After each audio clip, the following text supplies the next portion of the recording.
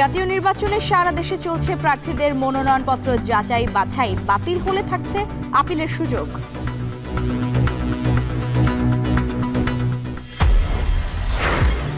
কর্মসংস্থান সহ ৮ প্যাকেজ নিয়ে আসছে বিএনপির নির্বাচনী ইশতেহার। নতুন বাস্তবতায় জোর দেওয়ার পরামর্শ।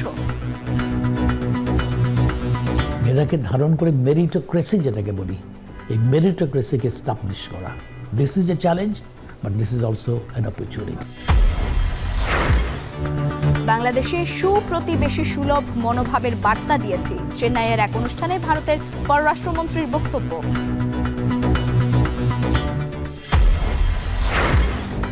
এবং লেবাননে পোস্টাল অ্যাপে ওটিপির জটিলতা, 2 দফায় সময় বাড়িয়েও ভোগান্তি কমেনি লাখো প্রবাসী।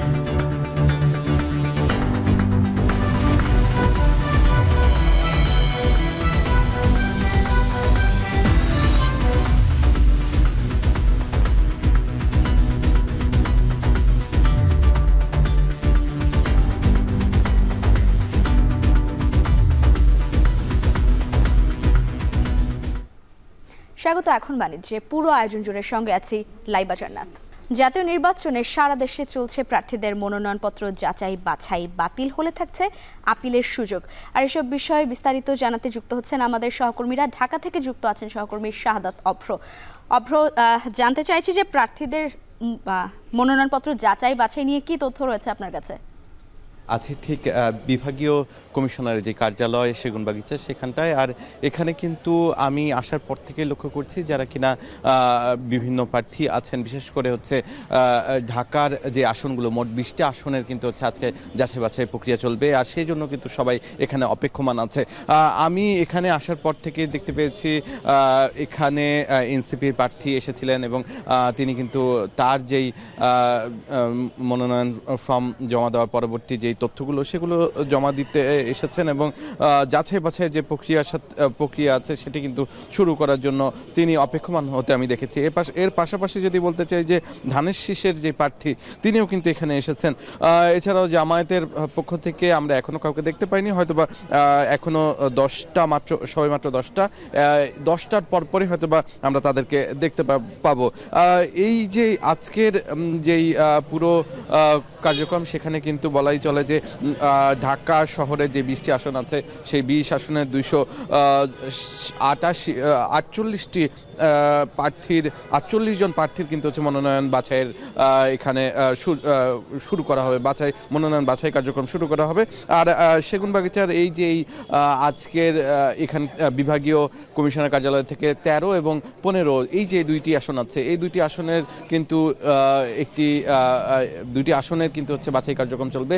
এখানে কিন্তু হচ্ছে প্রার্থী সংখ্যা কম নয়, সারাদিন ব্যাপী কিন্তু এখানে প্রার্থীদের আনাগোনা থাকবে। তার পাশাপাশি 20টি আসনের যে কথা বললাম, এই পুরো ঢাকা শহর জুড়ে 3টি স্থানে কিন্তু এই পুরো প্রক্রিয়া, যাচাই বাছাই যে প্রক্রিয়া সেটি চলমান থাকবে। আর এই মুহূর্তে কিন্তু এখানে আমি যতক্ষণ ধরে আছি ততক্ষণ ধরে কিন্তু দেখছিলাম যে যারা প্রার্থী আছে তাদের আনাগোনা কিন্তু ক্রমেই বেড়ে চলছে। আশা করা যাচ্ছে যে সময় বাড়ার সাথে সাথে হয়তো বা তাদের এই যে প্রার্থীরা তাদের প্রার্থিতা নিয়ে এখানে আসবেন এবং তাদের পক্ষ থেকে নিশ্চয়ই আমরা কথাগুলো আপনাদেরকে জানাতে পারবো। এই ছিল আমার কাছে সর্বশেষ লাইবা। ধন্যবাদ আপনাকে। দর্শক, আমরা ঢাকার বাইরের খবর জানতে চাই। ঢাকার বাইরেও চলছে মনোনয়নপত্র যাচাই বাছাই কার্যক্রম। আর এই বিষয়ে চট্টগ্রাম থেকে বিস্তারিত জানাতে যুক্ত হচ্ছেন কাজী মাহফুজ এবং ময়মনসিংহ থেকে আছেন হারুনুর রশিদ। শুরুতে একটু মাহফুজের কাছে যেতে চাই। মাহফুজ, চট্টগ্রামের পরিস্থিতি কেমন দেখছেন? মনোনয়নপত্র যাচাই বাছাই কার্যক্রম কেমন চলছে সেখানে?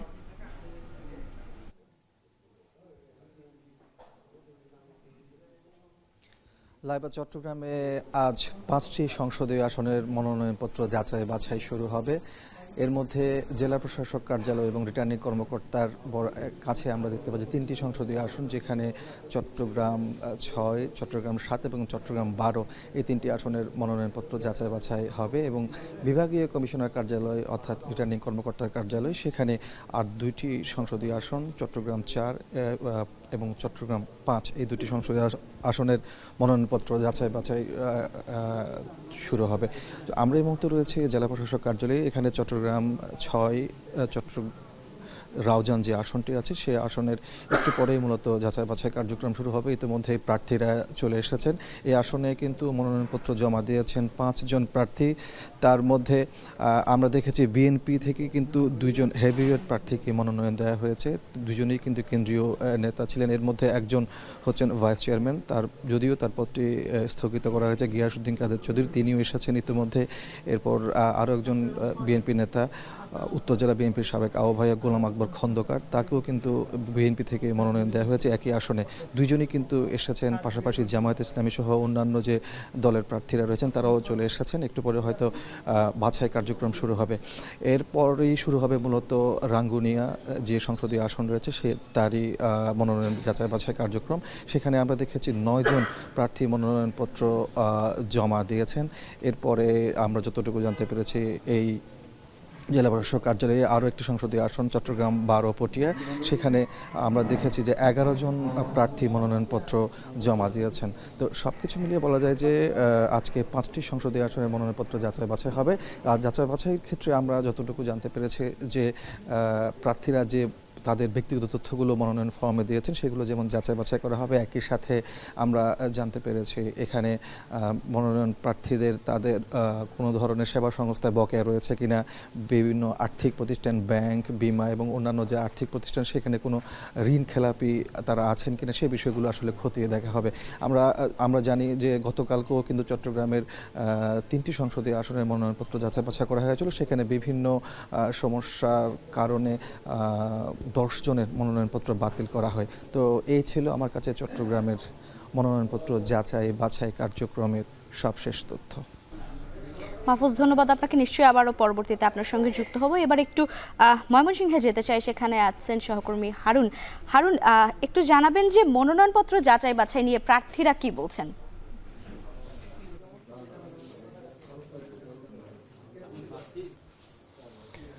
লাইবা, আজকে ময়মনসিংহে দ্বিতীয় দিনের মতো মনোনয়নপত্র যাচাই বাছাই কার্যক্রম শুরু হয়েছে।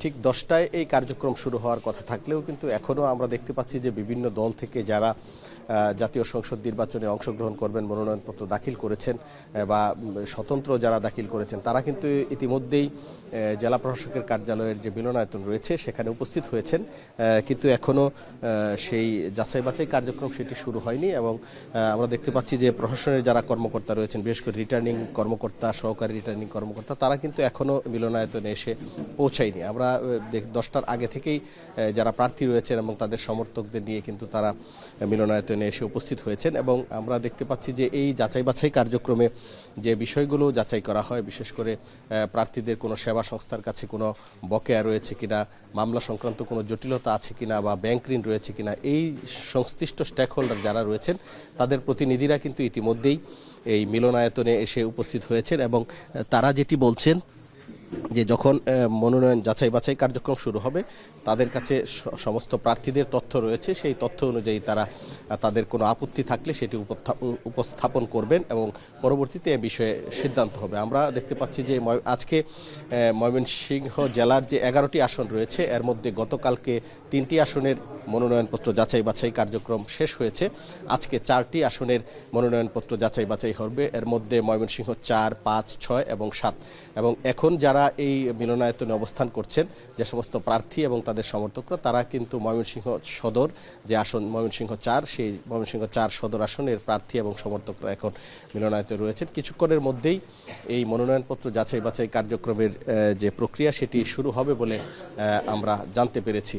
এবং আমি যদি একটু বলে রাখি যে গতকালকে যে 3টি আসনের মনোনয়নপত্র যাচাই বাছাই হয়েছে এর মধ্যে আমরা জানতে পেরেছি যে 5 জন প্রার্থীর প্রার্থিতা বাতিল করা হয়েছে এবং যাদের প্রার্থিতা বাতিল করা হয়েছে তারা পরবর্তীতে আপিলের সুযোগ পাবেন বলে এখান থেকে জানিয়ে দেওয়া হয়েছে। এবং আমরা প্রার্থীদের সাথে কথা বলেছিলাম, যে সমস্ত প্রার্থীদের মনোনয়নপত্র বাতিল হয়েছে তারা পরবর্তীতে আপিল করার যে প্রস্তুতি, সেই প্রস্তুতি কিন্তু তারা গ্রহণ করেছেন। এবং আমরা দেখতে পাচ্ছি যে ইতিমধ্যেই রিটার্নিং কর্মকর্তা তার যারা সঙ্গী রয়েছেন তাদেরকে নিয়ে কিন্তু ইতিমধ্যেই যে জেলা প্রশাসকের যে কার্যালয় রয়েছে সেই কার্যালয়ের মিলনায়তনে উপস্থিত হয়েছেন এবং যাচাই বাছাইয়ের যে কার্যক্রম সেটি কিন্তু এখন শুরু হবে বলে আমরা জানতে পেরেছি। এবং আজকে যারা এখানে ময়মনসিংহ সদর 4 আসনের যে সমস্ত প্রার্থীরা কিন্তু এখানে এসেছেন তাদের সাথেও আমরা কথা বলেছি। তারা যেটি বলেছেন যে যাচাই বাছাই প্রক্রিয়া পর্যন্ত তারা অপেক্ষা করবেন।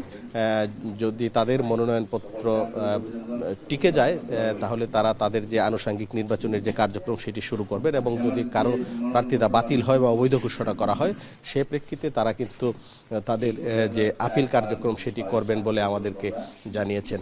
এই মুহূর্তে ময়মনসিংহ সদর 4 আসনের যারা প্রার্থী রয়েছেন তারা এই মিলনায়তনে অপেক্ষা করছেন এবং তাদের যে যাচাই বাছাই কার্যক্রম সেটি চলছে। এবং এখানে যারা আছেন তারা যেটি বলছেন যে যাচাই বাছাই কার্যক্রম হওয়ার পরেই কিন্তু তারা জানতে পারবেন আসলে কে টিকেছেন এবং কার প্রার্থিতা বাতিল করা হয়েছে, এই বিষয়গুলো কিন্তু নিশ্চিত হবে। এবং আমরা যদি একটু বলি, আজকে এই যাচাই বাছাই কার্যক্রমকে কেন্দ্র করে কিন্তু আইন শৃঙ্খলা বাহিনীর তৎপরতা বাড়ানো হয়েছে, এবং বিশেষ করে যারা বিভিন্ন আসন থেকে প্রার্থী হয়েছেন তারা কিন্তু আজকে যাদের মনোনয়নপত্র যাচাই বাছাই তারা এখানে আসছেন। এবং এই প্রার্থিতা বাছাই কেন্দ্র করে আমরা দেখেছি যে জেলার যে রিটার্নিং কর্মকর্তা রয়েছেন তার কার্যালয়ে নিরাপত্তা জোরদার করা হয়েছে, এবং এখানে নির্বাচন রিটার্নিং কর্মকর্তার কার্যালয় এবং আশপাশে আইনশৃঙ্খলা বাহিনীর উপস্থিতি আমরা দেখেছি।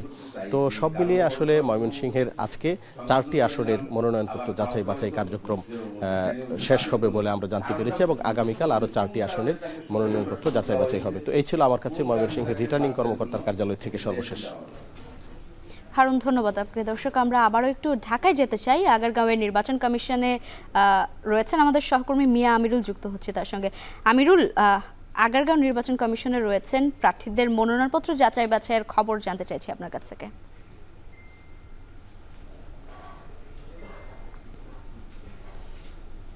লাইভা, আমার কাছে খবর যেটি রয়েছে এখানে মূলত ঢাকা 13 এবং ঢাকা 15 আসনের যে প্রার্থী যারা রয়েছে তাদের মনোনয়ন আজকে যাচাই বাছাই হবে। এবং আপনাকে জানিয়ে রাখি যে মূলত ঢাকা 13 আসনের যে প্রার্থীরা রয়েছে তাদের মধ্যে আমরা দেখেছি যে বিএনপির যে ববি হাজ্জাজ তিনি রয়েছেন, এবং একই সাথে জামায়াতের জোটে মামুনুল হক তিনি কিন্তু রয়েছেন। তাদেরকে যে সময়টি বেঁধে দেওয়া হয়েছে সেটি মূলত কিছুক্ষণ পরেই তথা সকাল 10:30টায় সেটি শুরু হবে। তারা কিন্তু আসবেন, এবং একই সাথে ঢাকা 15 আসনের যে হেভিওয়েট প্রার্থী রয়েছে তাদের মধ্যে অন্যতম যে জামায়াতের আমির রয়েছেন, এবং একই সাথে বিএনপির যে রয়েছেন শফিকুল ইসলাম তারা কিন্তু রয়েছেন। এবং সব মিলিয়ে আমরা যে ব্যাপারটি লক্ষ্য করছি এখানে মূলত যেহেতু প্রার্থিতা বাছাইয়ের ক্ষেত্রে যে অভিযোগ, পাল্টা অভিযোগ, কিংবা কারো যদি খেলাপি ঋণ থেকে থাকে, কারো বিরুদ্ধে যদি মামলা থেকে থাকে, সেই সাথে তারা যদি হলফনামা দিয়েছে সেই হলফনামার যে তথ্যগুলো রয়েছে সেই তথ্যে যদি কোনো ধরনের ঘাটতি দেখে থাকে সেগুলো মূলত যাচাই বাছাই হবে। তবে আমরা এখন পর্যন্ত রিটার্নিং কর্মকর্তার সাথে আমি সকালে এসেই কথা বলেছিলাম, যেমনটি জানতে পেরেছি যে তাদের যে প্রাথমিক বাছাই হয়েছে কিছুদিন আগেই, আপনি জেনে থাকবেন যেহেতু 29 তারিখ পর্যন্ত মনোনয়ন জমার একটি ব্যাপার ছিল, এরপরেই তারা প্রাথমিক পর্যায়ে রিটার্নিং কর্মকর্তারা যারা ছিলেন এবং সেই সাথে যারা কর্মকর্তা রয়েছে তারা কিন্তু এগুলো প্রাথমিকভাবে যাচাই বাছাই করেছেন, এবং তারা আমাদেরকে যেমনটি বলছেন যে সেই প্রাথমিক যাচাই বাছাই এখন পর্যন্ত সে ধরনের কোনো ধরনের বড় ধরনের কোনো ত্রুটি তারা লক্ষ্য করেনি। এবং আপনি জেনে থাকবেন এখানে যেহেতু ঢাকা 13 এবং 15 আসনের 2টি আসনের মূলত 20টি আবেদন পড়ছে, তথা এখানে বিএনপি জামায়াতের বাইরে গিয়েও কিন্তু আমরা দেখেছিলাম স্বতন্ত্র প্রার্থীরা কিন্তু তারা এখানে আবেদন করেছে। সেই 20 জনেরই মূলত তাদের যে মনোনয়নপত্র রয়েছে সেই মনোনয়নপত্র বাছাই হবে, এবং বাছাইয়ের ক্ষেত্রে মূলত যে মানদণ্ডগুলো বিবেচনা করা হবে সেটি হচ্ছে তারা যে তথ্যগুলো দিয়েছে, তারা যে হলফনামা দিয়েছে, তাদের বিরুদ্ধে কোনো মামলা রয়েছে কিনা, তারা এছাড়াও যে নির্বাচন কমিশনের কিছু বিধি রয়েছে, যেহেতু আপনি জেনে থাকবেন যে একজন প্রার্থী হতে গেলে যে ধরনের ব্যাপারগুলো থাকে কিংবা বিষয়গুলো থাকে সেগুলো কিন্তু বিশেষভাবে দেখা হবে। এবং একই সাথে আমার এর আগে যুক্ত হয়ে যেমনটি বলছিল শাহাদাত অব্র এবং অন্যান্যরা যে মূলত আজকে ঢাকা কেন্দ্রিক যে আসনগুলো রয়েছে সেগুলো 20টি আসন ঢাকায় আপনি জেনে থাকবেন, সেখানটার প্রার্থীদের মূলত যাচাই বাছাই সেই সময় যেহেতু আমরা তফসিলের মতো যেমনটি লক্ষ্য করছিলাম আগামীকালই মূলত অফিসিয়ালি সেটি শেষ তারিখ রয়েছে যে প্রার্থিতা বাছাইয়ের, এবং এরপরে যারা প্রার্থিতা বাছাইয়ের ক্ষেত্রে যাদের নাম বাদ পড়বে কিংবা যারা বাতিল বলে ঘোষণা করা হবে রিটার্নিং কর্মকর্তাদের মাধ্যমে তাদেরকে মূলত কিন্তু আপিল করার সুযোগ থাকবে, এবং আপিল পরবর্তী যে নিষ্পত্তি হবে মূলত নির্বাচন কমিশনে সেটিও কিন্তু একটি সময় দেওয়া হবে। এবং পর্যায়ক্রমে আপনি জেনে থাকবেন যে তফসিলের যে তারিখগুলো রয়েছে সেগুলোর মধ্যে অন্যতম যে 20 তারিখ কিংবা 21 তারিখে চলতি মাসের সেটি মূলত প্রতীক বরাদ্দ হবে, এবং সবশেষ মূলত প্রার্থীরা তাদের প্রচারণার সুযোগ পাবে। লাইভা, আমার কাছে এই ছিল এখনকার সবশেষ। জাতীয় নির্বাচনে সারা দেশে চলছে প্রার্থীদের মনোনয়নপত্র যাচাই বাছাই, আর এই বিষয়ে বিস্তারিত জানাচ্ছিলেন আমাদের সহকর্মীরা।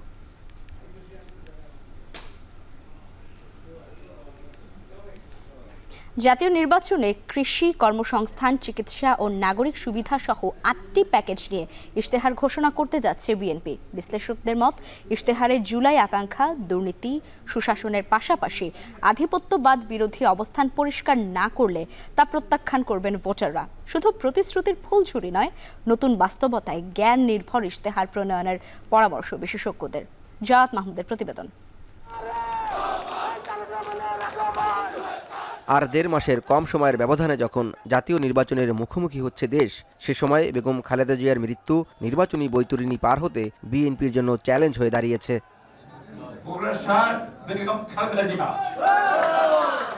যদিও বেগম জিয়ার শোক কাটিয়ে উঠে নির্বাচনমুখী যাত্রায় মনোযোগী হচ্ছে বিএনপি, তাই জনগণের সামনে ইতিমধ্যেই নিজেদের বিভিন্ন প্রতিশ্রুতি তুলে ধরছে দলটি এবং এই লক্ষ্যেই নির্বাচনের ইশতেহার তৈরিতে কাজ করছে বিএনপি। শীঘ্রই ফ্যামিলি, ফার্মার্স ও হেলথ কার্ডের মতো সুবিধা সম্বলিত ৮ দফার প্যাকেজ পরিকল্পনা ও পূর্বঘোষিত ৩১ দফা সংস্কার প্রস্তাব নির্ভর ইশতেহার ঘোষণা করবে বলে জানায় বিএনপির স্থায়ী কমিটির এই সদস্য। তারেক রহমান সাহেব যে ৩১ দফা দিয়েছে, এই ৩১ দফাতে অনেক আলোচনা, পর্যালোচনা, বিশ্লেষণ করে উনি তো একা সবাইকে সাথে নিয়ে এটা দিয়েছেন। এইসব যে কার্ডগুলো দেবো, এটা নিয়ে আমাদের অনেক বড় পরিকল্পনা আছে এবং আশা করি যে এই পরিকল্পনাগুলো যদি বাস্তবায়ন করতে পারি, তাহলে মানুষের কাছে মানুষের যে সমস্যাগুলো এখন প্রতিনিয়ত ফেস করে, সেটা থেকে অনেকটা মুক্তি পাবে। তবে ঢাকা বিশ্ববিদ্যালয়ের এই অধ্যাপক বলছেন, শুধু প্রতিশ্রুতির ফুলঝুরি নয়, ইশতেহারে জুলাইয়ের আকাঙ্ক্ষাকে প্রাধান্য দিয়ে দুর্নীতি, সুশাসনের পাশাপাশি আধিপত্যবাদ বিরোধী অবস্থান পরিষ্কার না করলে তা প্রত্যাখ্যান করবে ভোটাররা। যে একটা সুশাসন, আপনার একটা ট্যাক্সই গণতান্ত্রিক ব্যবস্থা, অর্থনৈতিক ক্ষেত্রে মানুষের দারিদ্র্য বিমোচন, আমাদের যে পররাষ্ট্রনীতিটা কি হবে, কথার ফুলঝুরি দিয়ে মানুষকে বিভ্রান্ত করার যদি কেউ অপচেষ্টা করে বা আপনি গণতন্ত্রের পরিবর্তে ফেসিবাদী ব্যবস্থা করতে হয়, তাদের প্রত্যেকের কাঁধের মধ্যে ২৪-এর গণ অভ্যুত্থানের যে একটা বলবো যে দৃষ্টান্ত, এটা কিন্তু গরম নিঃশ্বাসের মতো তাদের কাঁধে ফেলবে। অভ্যুত্থান পরবর্তী বাংলাদেশে জনকল্যাণমুখী ইশতেহার তৈরিতে দলীয় দৃষ্টিভঙ্গি বাদ দিয়ে মেধাভিত্তিক ইশতেহার তৈরির পরামর্শ দিলেন ঢাকা বিশ্ববিদ্যালয়ের সাবেক উপাচার্য অধ্যাপক SM ফায়েজ। আমি যদি দলীয়করণ করি তাহলে তো এটা শেষ হয়ে যাবে। আর দলীয়করণ না, মেধা। এই মেধার জন্যই তো এত কিছু হলো। মেধাকে ধারণ করে মেরিটোক্রেসি যেটাকে বলি, এই মেরিটোক্রেসিকে এস্টাবলিশ করা। This is a challenge, but this is also an opportunity.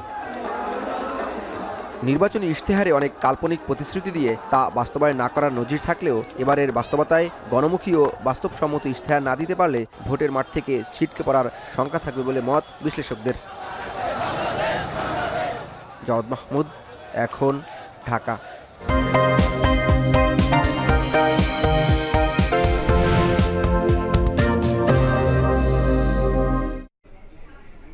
খাদ্যশস্য ও প্রাণী সম্পদের সমৃদ্ধ জেলা সিরাজগঞ্জ। উত্তরের প্রবেশদ্বার এই জেলায় রয়েছে শিল্পের সম্ভাবনাও। প্রায় ২৬,৮৬,০০০ ভোটার নিয়ে জেলার ৬টি আসনের মানুষের পেশায় রয়েছে যেমন ভিন্নতা, তেমনি রয়েছে ভিন্ন ভিন্ন চাহিদাও। তাঁত সমৃদ্ধ বেলকুচি ও চৌহালি উপজেলার ১৩টি ইউনিয়ন এবং একটি পৌরসভা নিয়ে গঠিত জাতীয় সংসদের ৬৬ ও জেলার ৫ আসনে বইছে ভোটের হাওয়া। সিরাজগঞ্জ ৫ সংসদীয় আসন থেকে বিস্তারিত জানাচ্ছেন রিফাত রহমান। রিফাত, ভোটারদের চাওয়া পাওয়া ও প্রার্থীদের প্রতিশ্রুতির বিষয়ে কি তথ্য রয়েছে আপনার কাছে, জানাবেন আমাদের।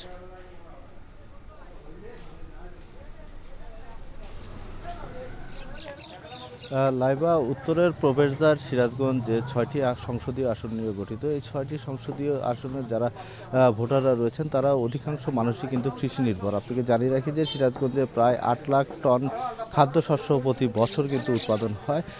পাশাপাশি এই অঞ্চলের যে যমুনা সেতু নির্মাণের পর থেকে কিন্তু এই অঞ্চলে একটি শিল্পর সম্ভাবনা তৈরি হয়েছে। আমি মূলত যে সংসদীয় আসনটিতে রয়েছি, এটি সিরাজগঞ্জ ৫ সংসদীয় আসন। এটি বেলকুচি এবং চৌহালি উপজেলা নিয়ে গঠিত এবং এই যে বেলকুচি উপজেলা, এই উপজেলাটি তাঁত সমৃদ্ধ একটি এলাকা হিসাবে পরিচিত রয়েছে। এখানকার অধিকাংশ মানুষ তাঁতের সাথে জড়িত। তবে এই অঞ্চলের যারা ভোটাররা রয়েছেন তাদের যে সমস্যাগুলোর মধ্যে রয়েছে তার মধ্যে হলো যে এই যে তাঁত শিল্প এখানে গড়ে উঠেছে, এই তাঁত শিল্প নিয়ে যে প্রার্থীরা আসলে ভোটের যে ইশতেহারগুলো দেন, সেই ইশতেহারে আসলে তাঁত শিল্পর যে বিভিন্ন সমস্যা, সেই সমস্যাগুলো কিন্তু আসলে তেমনভাবে প্রাধান্য পায় না। আপনি জানেন যে এই তাঁত শিল্প কিন্তু এখনও প্রায় অস্তিত্ব সংকটে রয়েছে। বিভিন্ন যে কাঁচামালের সহজলভ্যতা না থাকার কারণে অনিয়ন্ত্রিতভাবে এসব কাঁচামালের দাম বৃদ্ধির ফলে যে তাঁত শিল্প সেটি কিন্তু ধ্বংসের পথে রয়েছে এবং যারা এই তাঁতের সাথে সম্পৃক্ত রয়েছে তারা কিন্তু কর্মহীন হয়ে পড়ছে এবং এই এলাকার বেকারত্ব সংখ্যা বাড়ছে। তো এখানকার যারা ভোটাররা রয়েছেন তাদের যেটি দাবি রয়েছে যে তারা আসলে এই কর্মসংস্থান সৃষ্টির সুযোগ করা, পাশাপাশি যে চৌহালি উপজেলা রয়েছে সেখানে নদী ভাঙ্গন এলাকারও কিন্তু আসলে বিভিন্ন সমস্যা রয়েছে, সেগুলো উন্নয়নেও কিন্তু আসলে কাজ করছে। তো সিরাজগঞ্জ 5 সংসদীয় আসন থেকে এই ছিল আমার কাছে সবশেষ। বাংলাদেশকে সুপ্রতিবেশী সুলভ মনোভাবের বার্তা দিয়ে এসেছি, এমন মন্তব্য করেছেন ভারতের পররাষ্ট্রমন্ত্রী এস জয়শঙ্কর। তিনি বলেন, এই মুহূর্তে বাংলাদেশ নির্বাচনের দিকে এগিয়ে চলেছে। নির্বাচন নিয়ে তাদের শুভেচ্ছা বার্তা জানিয়েছেন তিনি। আরও বলেন, ভারত আশা করে নির্বাচনের পর পরিস্থিতি থিতু হলে এই অঞ্চলে সুপ্রতিবেশী সুলভ চেতনা বৃদ্ধি পাবে। শুক্রবার চেন্নাইয়ে আইআইটি মাদ্রাজ এক অনুষ্ঠানে প্রতিবেশী দেশগুলোর সঙ্গে সম্পর্ক নিয়ে আলোচনা করতে গিয়ে বাংলাদেশ প্রসঙ্গে এই কথা বলেন ভারতের পররাষ্ট্রমন্ত্রী S Jaishankar. If India grows, all our neighbors will grow with us. They will have many more opportunities. I think that, in a sense, is the message which I also took to Bangladesh. And yes, I mean, they are right now heading for their elections. We wish them well in that election. We hope that once things settle down, as I said, the sense of neighborliness in this region will. Begum Khaleda জিয়ার কবর জিয়ারতে সমাধিস্থলে আজও আসছেন বিভিন্ন শ্রেণী পেশার মানুষ থেকে শুরু করে রাজনৈতিক নেতাকর্মীরাও। এ নিয়ে বিস্তারিত জানাতে রাজধানীর জিয়া উদ্যান থেকে যোগ দিচ্ছেন সাব্বির রোজ। বেগম জিয়ার কবর জিয়ারত করতে আসছেন যারা, তারা কি বলছেন? তাদের কারোর সঙ্গে আপনার কথা হয়েছে কিনা?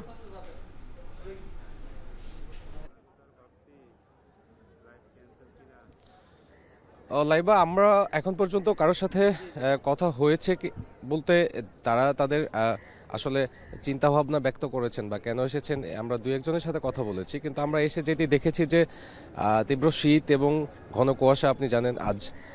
সো এটা উপেক্ষা করেই সারা দেশ থেকে দেশের বিভিন্ন প্রান্ত থেকে নেতাকর্মী এবং সাধারণ মানুষও এসেছেন। এবং আমরা দেখেছি যে মহিলা দল, বিশেষ করে কিছুক্ষণ পরেই মহিলা দলের একটি কর্মসূচি রয়েছে, দোয়া মাহফিল ও গণতন্ত্রের আপসহীন নেত্রী বেগম খালেদা জিয়ার যে সমাধিস্থল রয়েছে সেটি জিয়ারত করবেন এবং সেখানে দোয়া করবেন। এবং আমরা দেখেছি যে তারা আসতে শুরু করেছেন এবং এই কর্মসূচির প্রধান অতিথি হিসেবে থাকবেন বিএনপির সিনিয়র যুগ্ম মহাসচিব রুহুল কবির রিজভী। এছাড়া আমরা যেটি দেখেছি যে সারা দেশের সাধারণ মানুষ এসেছেন এবং আমরা এইখানকার যারা প্রহরী রয়েছেন বা পাহারা রয়েছেন তাদের সাথে কথা বলেছি। তারা যেটি বলছেন যে ফজরের নামাজের পরই এখানে নানা শ্রেণী পেশার মানুষ আসতে শুরু করেছেন এবং শুরু করেন। এই যে আজ 4র্থ দিনের মতো, তবুও কিছুটা ভিড় কম হওয়ার কথা ছিল, কিন্তু সেটি নেই, বরং তারা আসছেন। এবং আমরা তাদের কাছ থেকে বা আমরা পর্যবেক্ষণ করে যেটি বুঝতে পেরেছি, এই মানুষগুলো আসলে গেল 31শে ডিসেম্বর যে রাজস্বিক বা যে ধরনের দেখেছেন যে ঐতিহাসিক একটি দাফন এবং জানাজা সম্পন্ন হয়েছে বেগম জিয়ার, তো মূলত তারা অংশ নিতে পারেননি এবং এই ব্যক্তি বড় অংশই এখানে রয়েছেন যারা বেগম জিয়ার জানাজায় বা দাফনে অংশ নিতে পারেননি। ফলে তাদের আবেগের জায়গা থেকে তারা প্রিয় নেত্রীর সমাধিস্থল তারা একবার দেখবেন বা দোয়া করবেন বা জিয়ারত করবেন, সেই জন্যই মূলত তারা দেশের বিভিন্ন প্রান্ত থেকে আসছেন এবং তারা তাদের প্রিয় নেত্রীর কবর জিয়ারত করছেন। এবং আমরা দেখেছি যে এই বিষয়টি 4র্থ দিনের মতো মানে কোনোভাবেই ভাটা পড়েনি, বরং আরও বাড়ছে। এবং আমরা এসেও যেটি লক্ষ্য করছি যে ক্রমেই মানুষের সংখ্যা বাড়ছে এবং সারা দেশের বিভিন্ন প্রান্ত থেকে মানুষজন আসছেন, শুধু দলীয় নেতাকর্মী নয়, রয়েছেন সাধারণ মানুষও। তো তারা আসলে মূলত যেটি বলছেন যে গণতন্ত্রের এই আপসহীন নেত্রীর এই আপসহীনতাই মূলত আগামীর বাংলাদেশকে পথ দেখাবে এবং তার ছেলে বিএনপির ভারপ্রাপ্ত চেয়ারম্যান তারেক রহমান সেই আদর্শকে ধারণ করেই বাংলাদেশকে এগিয়ে নিয়ে যাবেন। তো আপাতত এই ছিল লাইবা। জিয়া উদ্যান থেকে যুক্ত ছিলেন সাব্বির রোজ।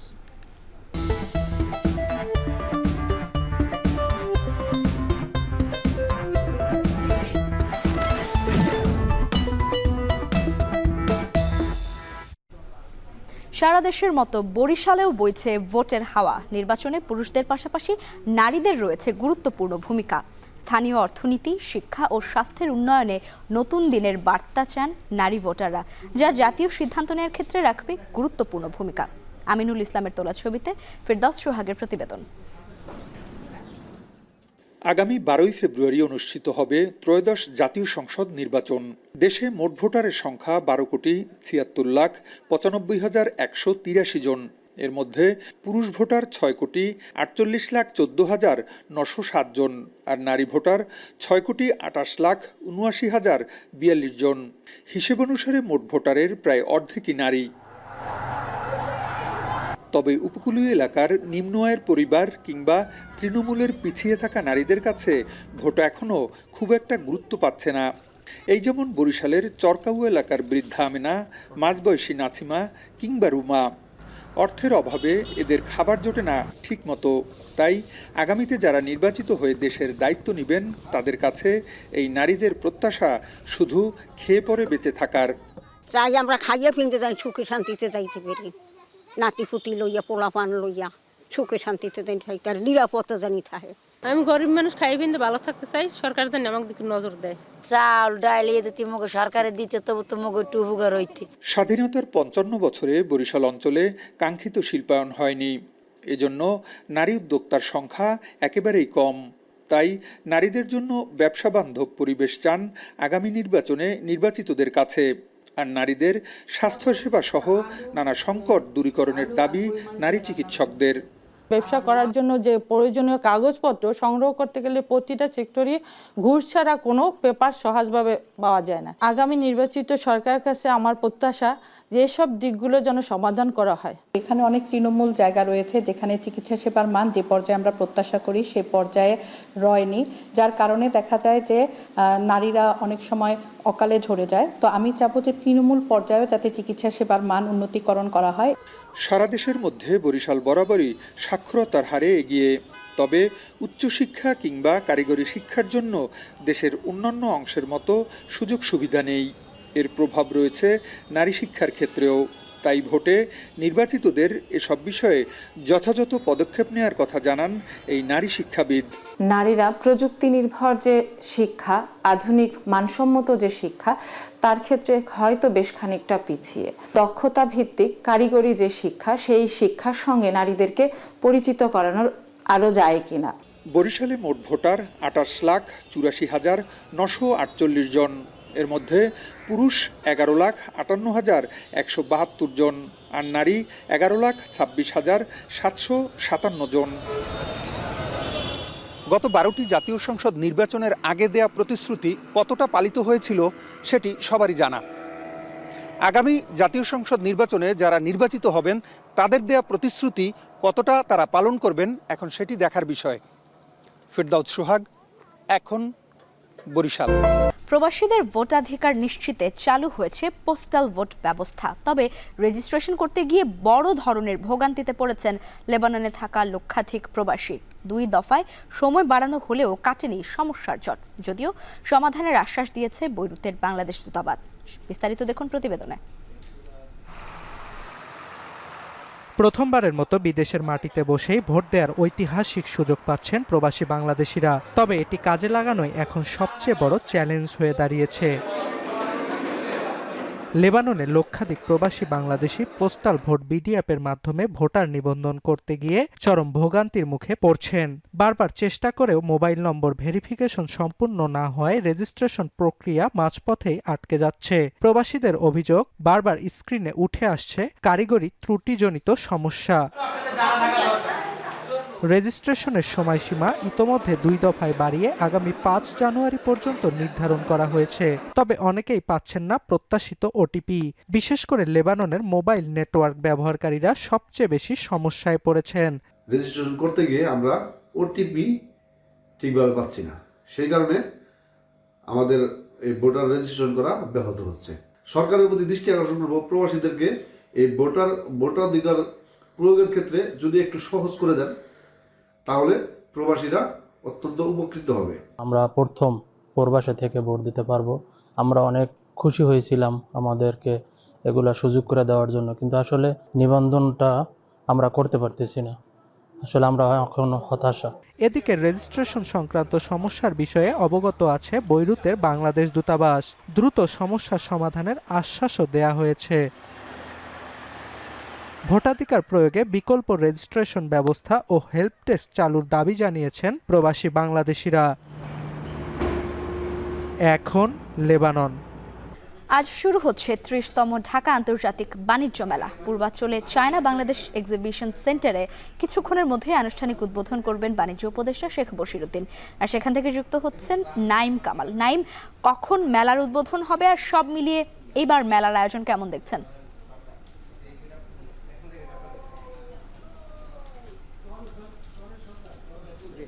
লাইবা যেমনটা বলছিলেন যে কিছুক্ষণ পর উদ্বোধনের কথা বলছিলেন, সেটি কিন্তু ইতিমধ্যেই উদ্বোধনের কার্যক্রম শুরু হয়ে গেছে। বাণিজ্য উপদেষ্টা কিন্তু সকাল 9:30টার মধ্যে এখানে এসে উপস্থিত হয়েছেন। তিনি কিন্তু ইতিমধ্যেই যে উদ্বোধনের যে স্টল রয়েছে সেখানে কিন্তু পৌঁছে গেছেন। আনুষ্ঠানিকভাবে কিন্তু উদ্বোধন শুরু হয়ে গেছে। আমি যদি জানিয়ে রাখি, এবারে কিন্তু যে ঢাকা আন্তর্জাতিক বাণিজ্য মেলা এটি কিন্তু 30তম বারের মতো হচ্ছে।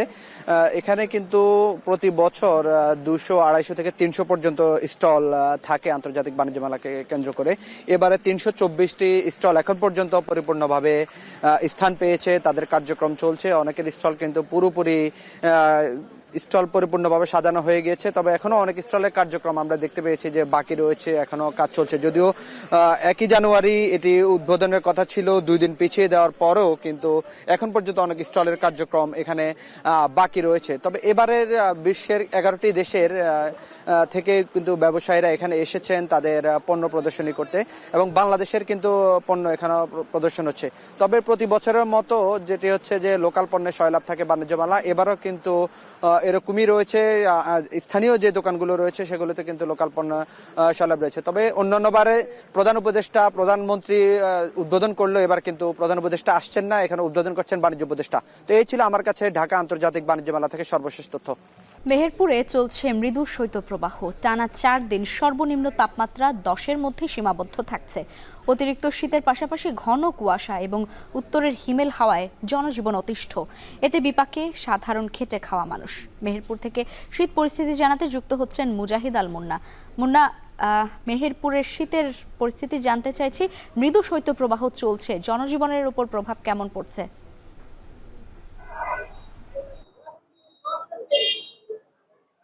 লাইবা, প্রথমেই আপনাকে জানিয়ে রাখি, টানা 4 দিন কিন্তু তাপমাত্রা 10-এর নিচে। আজ সকাল 6টায় মেহেরপুরের সর্বনিম্ন তাপমাত্রা রেকর্ড করা হয়েছিল 10 ডিগ্রি সেলসিয়াস, যেটি বেলা 9টার সময় কিন্তু আরো কমে 9.7 ডিগ্রি সেলসিয়াসে এসে ঠেকেছে। আমি আবহাওয়া অফিসের সাথে কথা বলেছি, তারা আমাকে জানিয়েছেন যে তাপমাত্রা যদি টানা 3 দিন 10 বা তার নিচে অবস্থান করে, তখন সেটাকে কিন্তু 8 থেকে 10-এর মধ্যে থাকে, তখন সেটাকে কিন্তু মৃদু শৈত্যপ্রবাহ বলে।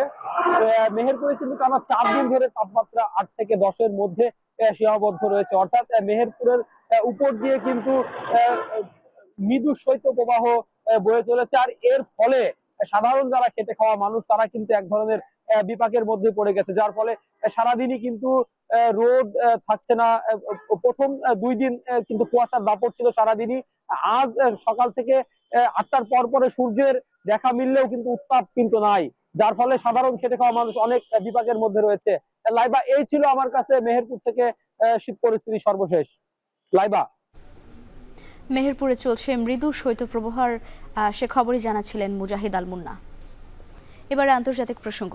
যুক্তরাষ্ট্রের যে কোনো আগ্রাসনের জবাব দিতে প্রস্তুত বলে জানিয়েছেন ইরানের পররাষ্ট্রমন্ত্রী সাইয়েদ আব্বাস আরাকচি। ইরানে চলমান বিক্ষোভের জেরে মার্কিন প্রেসিডেন্ট ডোনাল্ড ট্রাম্পের হুঁশিয়ারির প্রেক্ষিতে এই জবাব দেন তিনি। আব্বাস আরাকচি ডোনাল্ড ট্রাম্পকে তেহরানের অভ্যন্তরীণ বিষয়ে হস্তক্ষেপের বিরুদ্ধে সতর্ক করে বলেন, দেশটির সশস্ত্র বাহিনী ওয়াশিংটনের যে কোনো আক্রমণের জবাব দিতে প্রস্তুত। এর আগে জীবনযাত্রার ব্যয় বৃদ্ধির প্রতিবাদে ইরান জুড়ে চলমান বিক্ষোভে পুলিশের সঙ্গে সংঘর্ষে 7 জন প্রাণহানির ঘটনায় কড়া হুঁশিয়ারি দেন মার্কিন প্রেসিডেন্ট।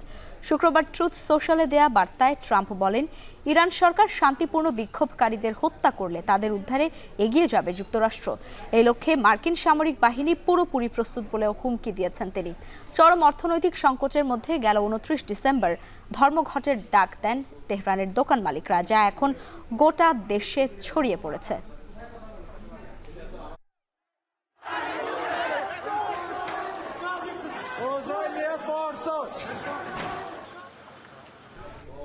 দর্শক, আর এই ছিল এখন বাণিজ্যে। এখন টেলিভিশন ওয়েবসাইটে দেখতে ভিজিট করুন এখন.tv। এছাড়া ফেসবুকে দেখতে ভিজিট করুন facebook.com/tv.এখন এবং ইউটিউবে সরাসরি দেখতে ভিজিট করুন youtube.com/c/echontv।